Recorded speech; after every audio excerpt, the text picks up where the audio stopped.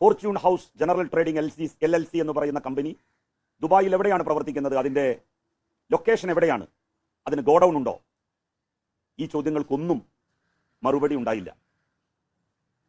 തനിക്ക് ഒരുപാട് ബിസിനസ് സംരംഭങ്ങൾ ഉണ്ട് എന്ന് അദ്ദേഹം പറഞ്ഞു വെക്കുക മാത്രമാണ് ചെയ്തത്.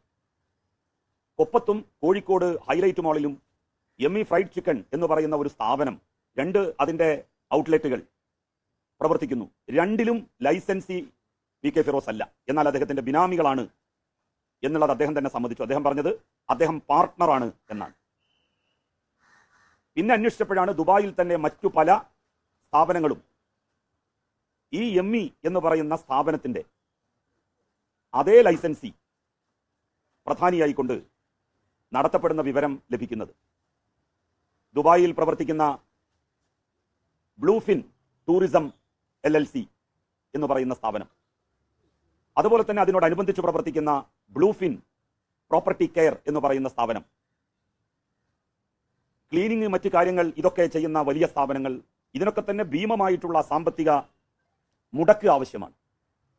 ഈ സാമ്പത്തിക സ്രോതസ് ഫിറോസിനെ പോലെ ഒരു സാധാരണ കുടുംബത്തിൽ നിന്ന് വരുന്ന ഒരാൾക്ക് എങ്ങനെ ഉണ്ടായി എന്നുള്ള പ്രധാനപ്പെട്ട ചോദ്യം ഇപ്പോഴും നമ്മുടെ അന്തരീക്ഷത്തിൽ നിലനിൽക്കുകയാണ്.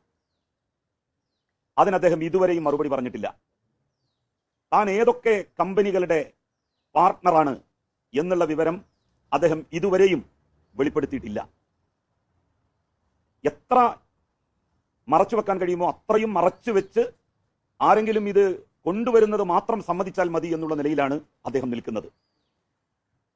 ഖത്തറിലും ഇദ്ദേഹത്തിന് പോളിക്ലിനിക്ക്, ഫാർമസി ഉൾപ്പെടെയുള്ള സ്ഥാപനങ്ങളിൽ പാർട്ട്ണർഷിപ്പ് ഉണ്ട് എന്നുള്ള വിവരം അവിടെ നിന്നുള്ള ചില സുഹൃത്തുക്കൾ വിളിച്ചു പറയുകയുണ്ടായി.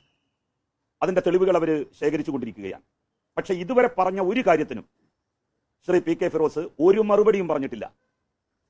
മറുപടി പറയാതെ അദ്ദേഹത്തിന് യൂത്ത് ലീഗിന്റെ ഭാരവാഹി എന്നുള്ള നിലയിൽ നിൽക്കാൻ യാതൊരു അവകാശവും ഇല്ല.